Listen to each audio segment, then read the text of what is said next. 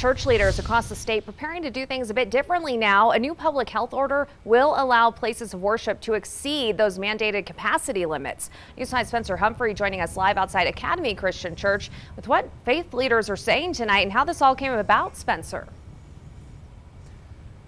Yeah, Elizabeth, one of the pastors here at the church tells me he was actually part of a group of faith leaders the governor consulted when making these decisions. But for him and another pastor in town I caught up with, it's still about making the right decision, even if you're not required to now. I grew up in church and, sensed that this is what I wanted to do. And Chris Moore felt a higher calling. After college, I thought that seminary would make sense to kind of be the next step. And now here he is. I've been a pastor for 15 years. The last 5 of those he spent at Vista Grande Baptist Church on the Springs East Side. In normal Sunday mornings, we would have 2 services.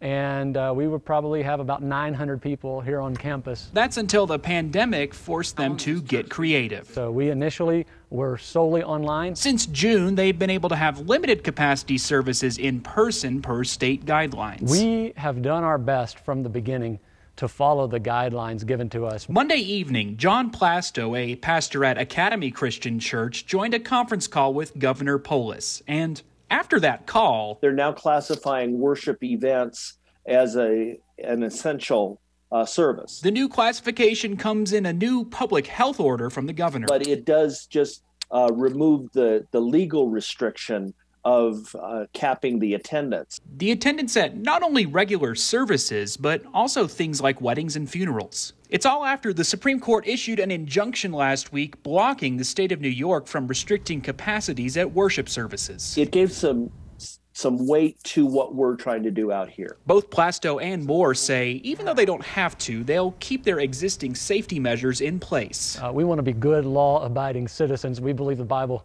is pretty clear that we're supposed to be good law-abiding citizens. For Moore, it's more about perspective. I would argue that it's not really the government's job to decide if the church is essential or non-essential. This is just a First Amendment right. Now, with these loosened restrictions, still do come some requirements. For instance, at a wedding or a funeral, if you're indoors, you still got to wear that mask and keep 6 feet apart.